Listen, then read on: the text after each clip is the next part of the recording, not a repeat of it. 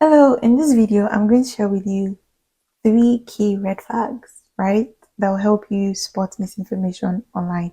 As we know, we consume information online to a large extent, and there are thousands of information on your feed every day, from news media coverage to what people share on social media platforms, well prone or susceptible to misinformation. How can you spot this, right? The first red flag is an overly sensational headline, right? If a headline is too good to be true, or too good to be believable, right? You ask yourself, this is to the extreme. This is too bad or too good, right? And sometimes some of these things are clickbaits, right?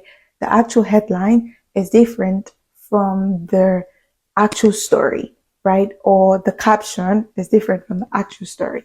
Whatever it is, right? If a headline is too good to be true, if it's giving you some sort of like shock kind of feeling, you need to ask yourself. The second thing you should realize as a red flag to spot misinformation is lack of credible sources, right? If this story is not coming from a credible news media outlet, if it's not coming from a credible source, whether it's an expert or there is somewhere like where is this coming from, then you should ask yourself, why should I believe this, right? And we see this a lot, especially on social media, where someone can just set up a camera and say whatever thing they want to say, whether it's true or not. I've seen videos of people who have believed health influencers and gone to do things. Eventually, they had like negative outcomes. So ask yourself, whatever this person is saying or whatever this story is saying, like, is this from a credible source? Because if it's from a credible source, then you're far more better believing that story than believing a story that you cannot identify the source, right? The third one will be, what's the emotion that is being triggered in you, right?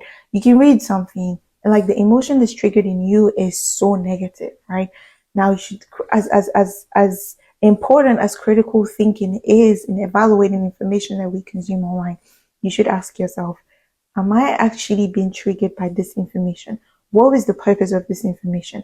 Now, critically think and analyze this information to see if what they said is what's it called? Is what's the valence of the story, right? Is it positive or is it negative? And is it framed in a particular way that is causing you to feel that is causing you to feel this feeling, right? Those are questions that you should ask yourself.